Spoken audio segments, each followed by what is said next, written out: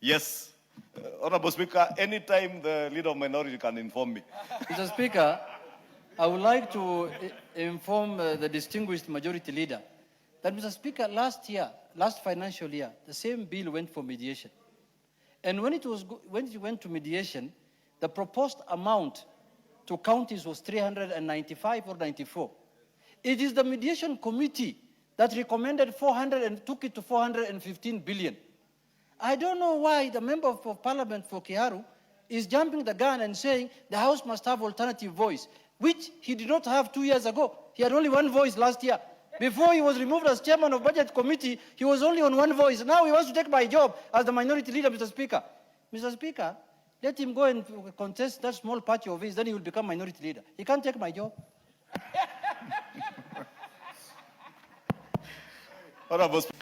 And therefore, Honorable Speaker, my call is that we must support devolution and be seen to actually support it. Because we have actually maintained the same amount we gave to our county governments, the shareable revenue of 420 billion Kenya shillings. Honorable Speaker, we are proposing to sustain the same. And I don't think that is fair, Honorable Speaker, and especially given that the inflationary pressures alone, we will be talking at around maybe over 5%, Honorable Speaker. It is important, Honorable Speaker, that as we consider these kind of matters, let us not personalize. When we personalize that we are giving this money to specific governors, we are likely, Honorable Speaker, to be subjective. Yes, there's a point of order. First, we have not yet even voted whether we are sending this matter to a mediation or not. You have not put the question yet. Number two, Mr. Speaker, I want to inform the House that it is this House that in the last financial year that increased revenue shareable revenue of the counties from 385 billion to 415 billion shillings, Mr. Speaker. Mr. Speaker. It's on record, Mr. Speaker. We are the owners of devolution. We know how devolution works, and we want to support devolution. So that is why, we want to send, because it is the Senate that has given this figure. It's not the National Assembly. They have said that they want to increase this revenue to 454 billion. It doesn't mean that we have to agree with them in totality.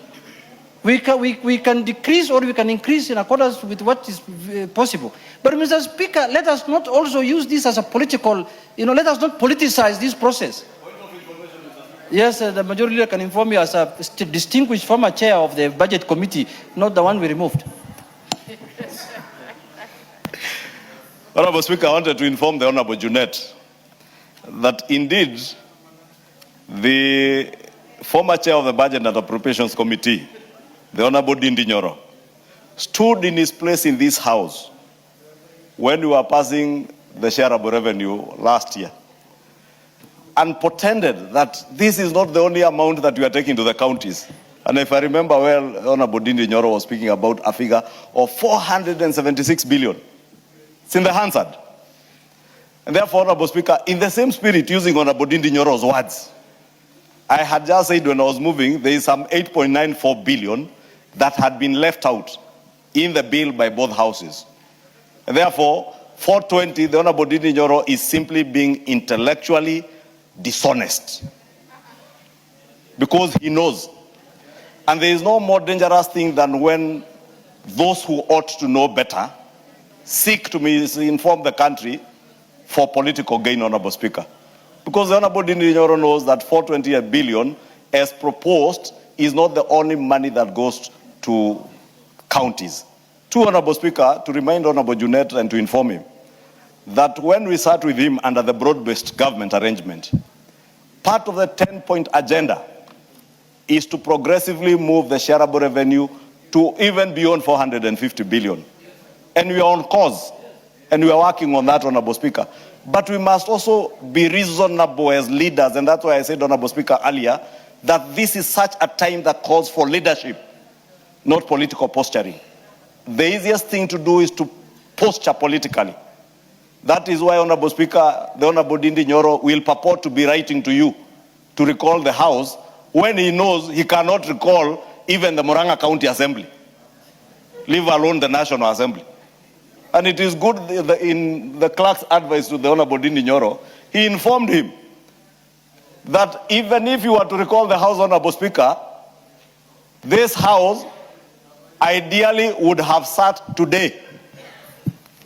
Looking at the dates when he wrote the letter, if you are the leader of majority or the leader of minority, was it to recall the House would have sat today.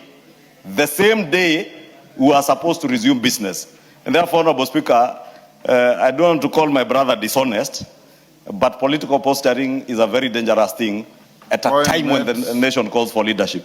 Ndindi? Oh. Then wind up your point of order. Yeah, Mr. Speaker, first I want to wind up by thanking the former chair of budget and the majority leader, Kachini, the majority leader, for informing me, Mr. Speaker, properly on issues that I think are important. Mr. Speaker, in conclusion, I want to say that Honorable Ndindi Nyoro is talking about governors. We are not discussing here governors, which governor is going to get what and what. That will come in the other, in Dora. The one that is Kara, the one that is coming from the Senate. Mr. Speaker, as the majority leader has affirmed here, we are on course as the broad-based government because we have increased the revenue shareable revenue from 318 to 415. Order, Irene Mayaka, what you have done is not right. Go on. Speaker, the covenant agreement between us in the broad-based government, that is one of them is to strengthen devolution. And Mr. Speaker, that is why in the last financial year we increased it by a whooping 30 billion shillings, Mr. Speaker, in one financial year. And as the majority has said, 420, what is being proposed now, is not the only money that is going to counties. We are going to make the staff, the workers who have been working for the counties now, permanent and pensionable in the new budget, Mr. Speaker. It's going to cost the government 9 billion again. There are conditional grants that are going to go to the counties, Mr. Speaker. In total, counties will get close to 500 billion shillings. Mr. Speaker, let Ndindi Nyoro not posture politically, let him wait for the mediation to happen. Okay, point made.